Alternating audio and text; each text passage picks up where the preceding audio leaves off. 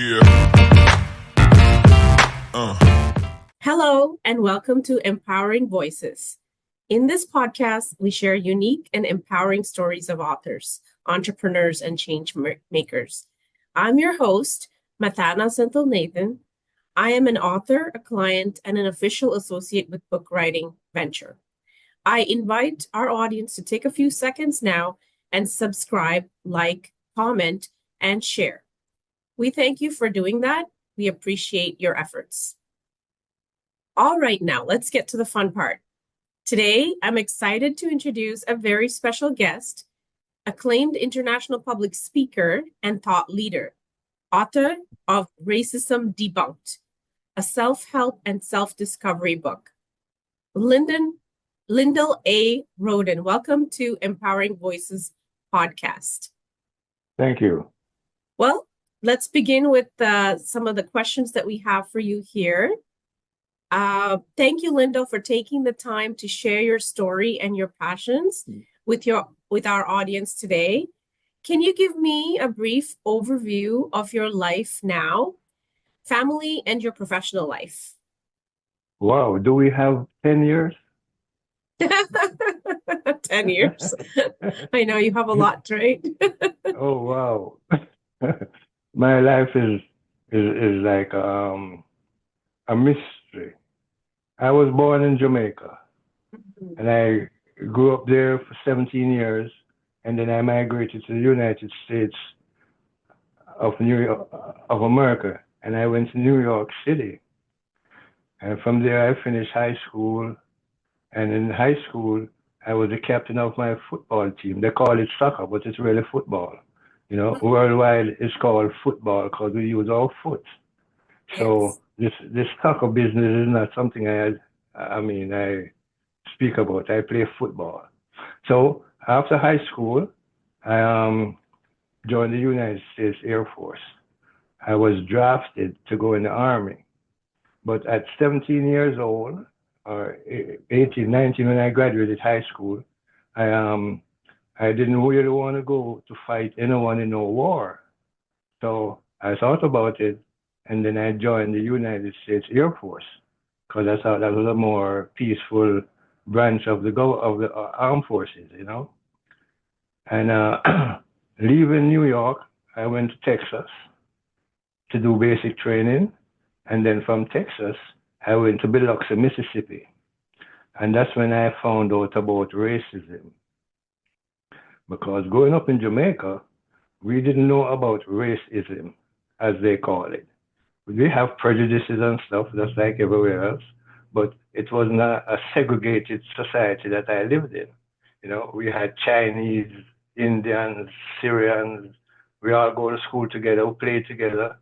So coming to the United States and being in Biloxi, Mississippi, they told us not to come off the base by ourselves.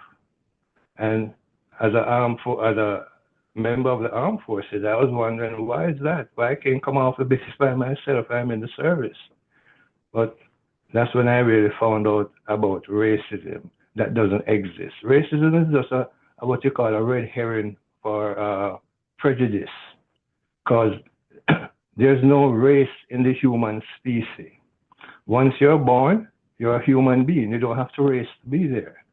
And you don't know how long you're going to be in that human body, because people die young, old.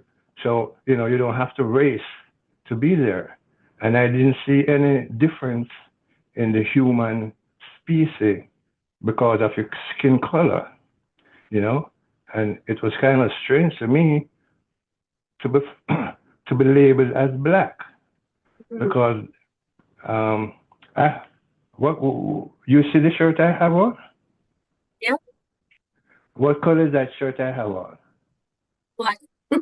Black. Okay. You see my hand? Yeah. Is my hand black? Nope. So then how come I'm called black when I'm not black? Yeah. You see, that makes no sense. A few years ago, my granddaughter told her mother, "Mommy, I'm not black." And she was 5 years old. Mhm. Yeah. Because she started going to school and she learning about colors. And obviously, black is black. Yeah. You don't have different shades of black, Mm. you know? So that to me, that label is really ridiculous. Likewise, white. Because my mom, her father is a Caucasian man. Yep. And if you see my mother's grandmother and great grandmother, when I show people those pictures, they say, "Oh, it's shocking." Mhm. I say, "Yes, this is my great grandmother." You know, so we didn't grow up in that mentality. You know, that people Yes. are different, and from experience and knowledge, I see everyone globally Mhm. evolves the same way. Yes. Babies that are born, no baby in this world that's born can walk or talk. They go through the same evolution. A baby is born, you have to change the diaper. You know, they don't tell you, well, I need to use the restroom. You know, they go through the same evolution globally. Yeah. And we all take one breath at a time. Nobody takes two. And and nobody can save that breath. Yes. So they take in a breath, they have to let it out. I don't care what part of the world you are in, you know, it's just one breath at a time. Whether you're so-called black or so-called white or yellow or all these different labels they label the human species, it makes no sense. It's just a divisional tactic to keep us separated, you Mhm. know. So I'm a lover Mhm. because God is love. Exactly. You see, and I don't criticize anyone for what they want to do or how they want to live once it's respectful to others. Mhm. Because as I tell people, we are here to learn to love each other. Mhm. Because if we don't love each other, we can't love God because God is love. Yep. Period. You know? So I'm not into that separation because you're Hispanic or you're this. You're just a human being. Yes. You know? And everybody, like I say, take one breath at a time. And you don't know when you're going to take the last one. Yeah. Nobody Nobody knows. can Yeah. say, you can say, well, they're going to take the last breath tomorrow at 10 o'clock. You know? Mhm. Are they going to save some bread so that if they're in the hospital and they're going to die, they say, Doctor, I have some bread saved over there. You can go withdraw it. It doesn't work like that, No. you know. And my experience in the United States of America has been very challenging because when I when I came out of the Air Force, I stopped combing my hair and doing all these things because to me, all that is vain. It's vanity. You cannot judge me by how I look. You have Mhm. to judge me by how I act or how I behave. Yes. So when I came out of the Air Force, uh, I got a job driving taxi cab because at that time I was not really experienced in certain workforces. Mhm. So I said, well, I'll go drive a taxi cab and go to school. Mhm. So while I was in school, uh, I drove out when I was out of class, you know, and things like that. So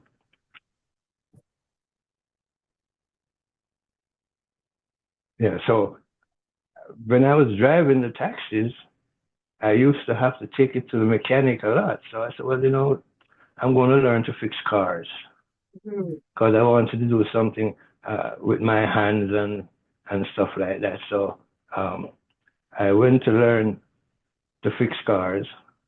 I wanted to be a mechanic, but they wouldn't let me be in the mechanical class because of my skin color.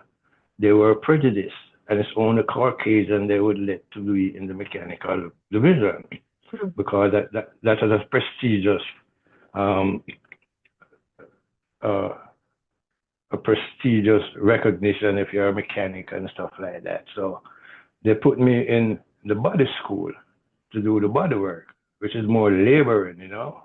Yeah. So I went home. I wasn't satisfied or comfortable with it, but my wife told me, "Oh, go, you're fixing cars, go." So I went and I started to learn to fix bodies, the body work and paint, which turned out to be very good because over the years I became a mechanic also. Because dealing with the cars and stuff like that, and I had friends who were mechanics and things like that. So I learned the mechanical part on the outside. So I I moved to California, and fortunately I got a body shop that a fellow Jamaican was retiring, and I met him through some friends, and he gave me the shop on a payment scale and told me back in the 70s, this is 1978 now, you know. So he said, well, pay him $400 a month until I pay him off $4,000 and the shop is mine. So I said, okay. So he stood around there and helped me through meeting the customers and stuff like that. And I stayed at that shop for 17 years. But the prejudice I received from insurance adjusters who came to my shop to estimate damages and stuff, you could see the prejudice because for me to be in this community, which was so-called upscale, I didn't fit in. So yeah, it was very difficult, and I got a lot of prejudicial treatment from these insurance adjusters. But and even certain distributors and people would come to my shop and they would say to me, where's the manager? I said, well, I'm the manager. They said, oh, okay, then where's the owner? I said, well, I am the owner. Listen, I'm not joking, so I get real indignant with them and, told them where to go. Because I'm telling you, I'm the owner and you come to do business with me, and because of my complexion, you don't want it. You want to deal with somebody else. They even asked me, when will someone be here? I said, no one will ever be here. Because if I'm not someone, you're looking for someone else, whenever you come here, you'll never see anyone else. So I said, nobody will ever be here. And this went on. And after the shop was picking up and over the years, the current years, I said, well, I need to go back to school because I intended to be an attorney. I wanted to be an attorney for some reason or another. So I started at community college. And at night, I was doing 12 units. I was taking 4 classes at night. I ran my body shop during the day. And at 6 o'clock, I would be in class. So I went to this community college, and the professor in a sociology class, he was looking at me because I had dreadlocks way down the back of my back. And he was looking at me and addressing the class. And he said, well, I know one by the midterm, a lot of you won't be here. And he's not looking at anybody else but me, And I'm saying to myself, why is this guy looking at me and talking this way? Anyway, I didn't pay any attention. I went through the semester and I got A for business law, A for philosophy, A for statistics, and I got a B for sociology. But that night, when I got my grade, I was taking a car to New York for my sister-in-law.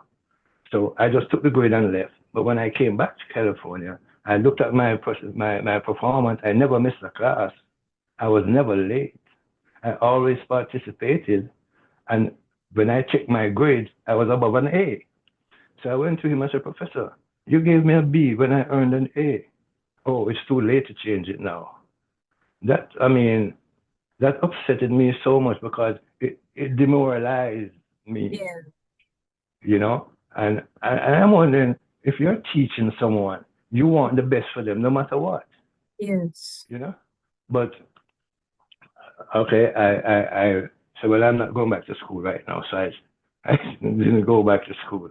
So down the road, I registered in a college and a university. And, I have all kinds of instances where I'm being judged just by the color of my skin. And I'm wondering, why is this? You know, my final semester, I was taking 21 units.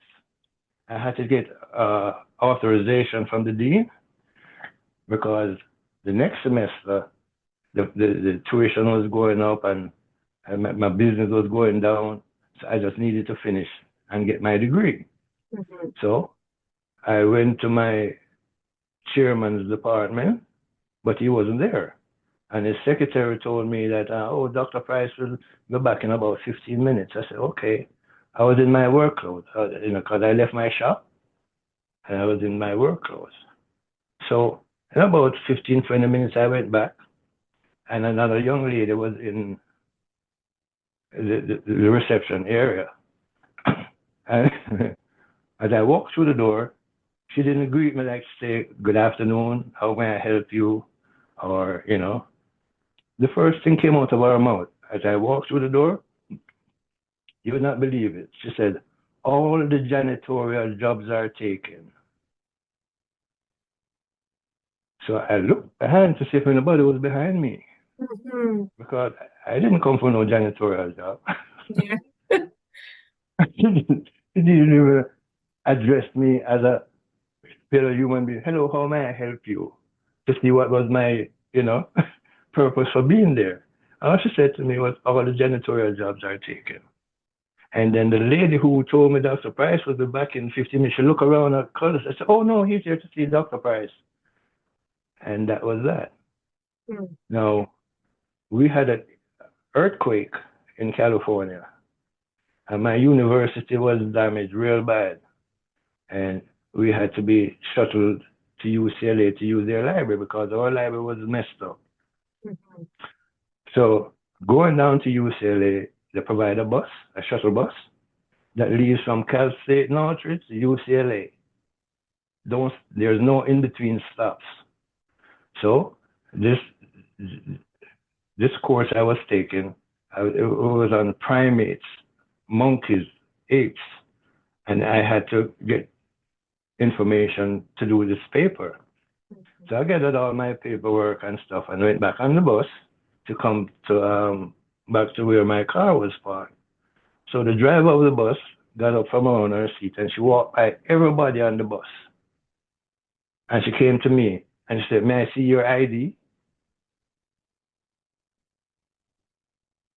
I looked up at her and I didn't respond. She said, may I see your ID?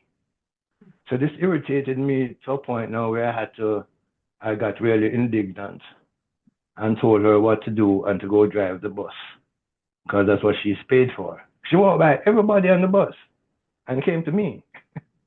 Didn't ask anybody else for ID. I had my book bag and stuff and sitting on the bus waiting to go back to the college. Anyway, when the bus exited the freeway, she called the police and the campus police met the bus. So it so happened that the officer that came, I used to see him on campus all the time.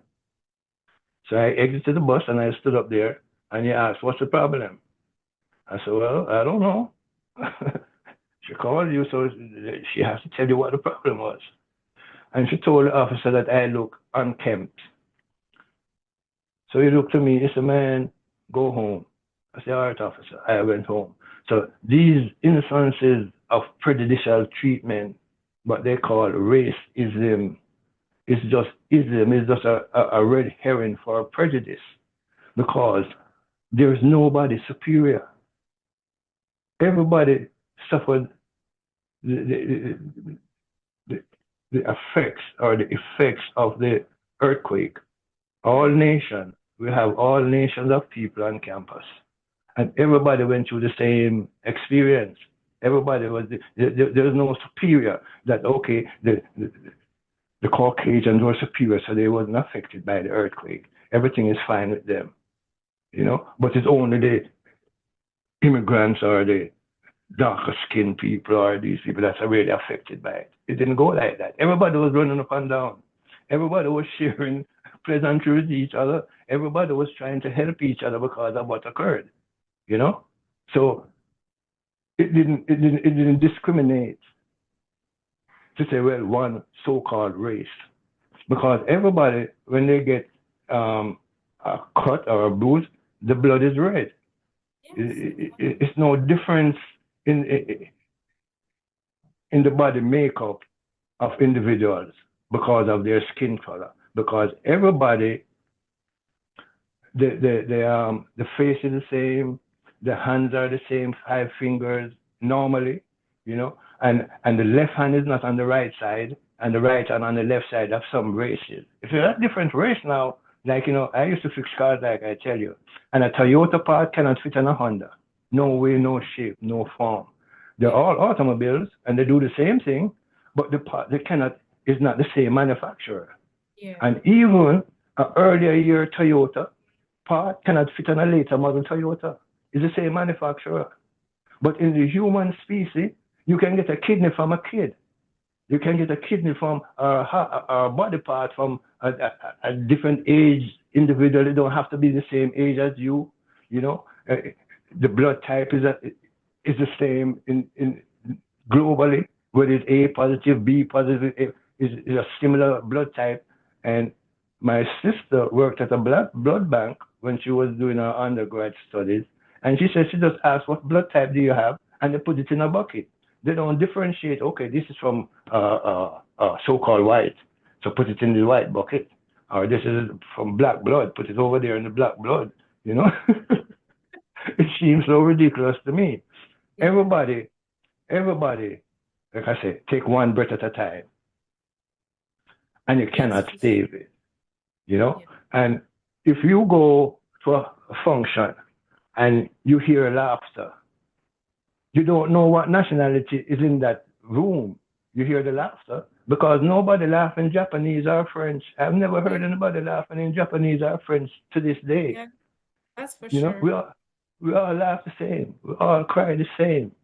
Yes. You know, and as I tell everybody, we're here to learn to love each other. Yes. Because God is love, and you don't know when you're going to take that last breath. And we see that every day. Yeah. You know, those people in DC was landing in the American Airlines, the landing, and they may be telling the people outside to pick them up. Oh yeah, we're touching down in a few minutes. We'll see you when we come in. But it never happened. Is it? So we don't have control of our being. We think we do, because nobody knows. We see that all the time. A car accident, somebody died, oh man, but he was just here. He just, you know, this goes on all the time.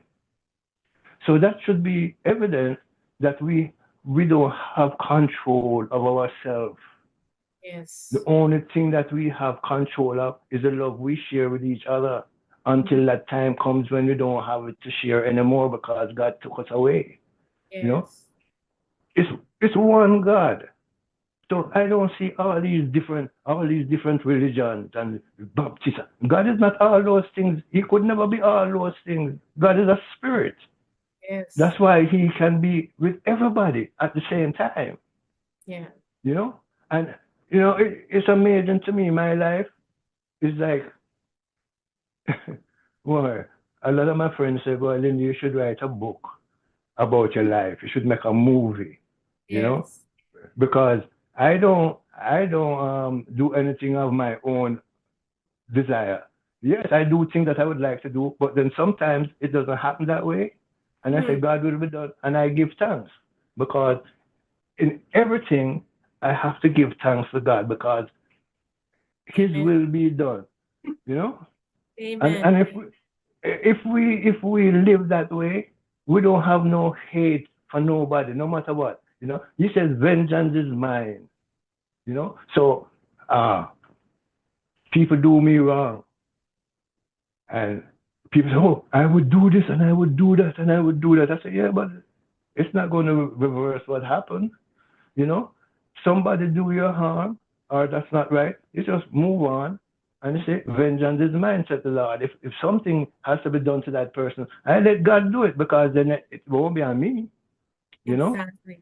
Speaking of So, your friends who had asked you to write a book, it leads us into the next question, especially because you've shared now all your experiences, what you walked through in terms of racism and prejudice.